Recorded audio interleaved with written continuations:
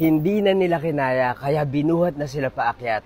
Maski ako nahirapan sa sagradong bundok na pinagmulan ng isa sa pinakamalaking relihiyon sa mundo. Story time!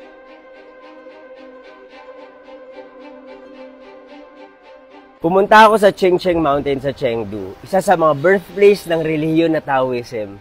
Ito ay isang religion na pinapaniwalaan sa China, sa Singapore at maski sa Pilipinas may mga naniniwala dito. Sagrado ang bundok na to at mararamdaman mo talaga na may kakaibang energy sa loob. Para sa mga hindi nakakaalam, ang Taoism ay isang religion na naniniwala sa life balance, sa pag-agos sa daloy ng buhay at sa kasimplihan. Meron silang mga rituals, Diyos, meditations at temples. Ito ay founded ng philosopher na si Lao Tzu. At ang foundational text nila ay ang Tao Te Ching. Tinatag ito more than 2,600 years ago. At pinuntahan ko ang Chengcheng Mountain dahil isa to sa mga birthplaces ng Taoism. Ako nga pala si Buji at mahilig ako mag-storytime. Kung hindi nyo pa ako fina-follow, i-follow nyo na ako. Dito raw binuo ang importanteng Taoist teaching na the way of the 5 pecks of rice o ang pagiging spiritually connected. Ngayon, pinupuntahan ang Chengcheng Mountain para magbigay respeto sa relihiyon, pumunta sa mga temples at matuto ng history. Maganda ang Chengcheng Mountain pero masyadong matarik. May cable car naman pero aakyat ka pa rin ng hagdan. Madaming nahirapan at hindi makaakyat ng bundok.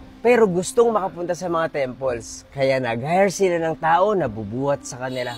Kami rin mismo hindi na namin kinaya, pero nakapunta naman kami sa madaming temples. Ang hindi lang namin narating ay yung tuktok. Binook namin yung tour namin sa Chengcheng Mountain through Now We Travel at I highly recommend na puntahan nyo yung bundok na to.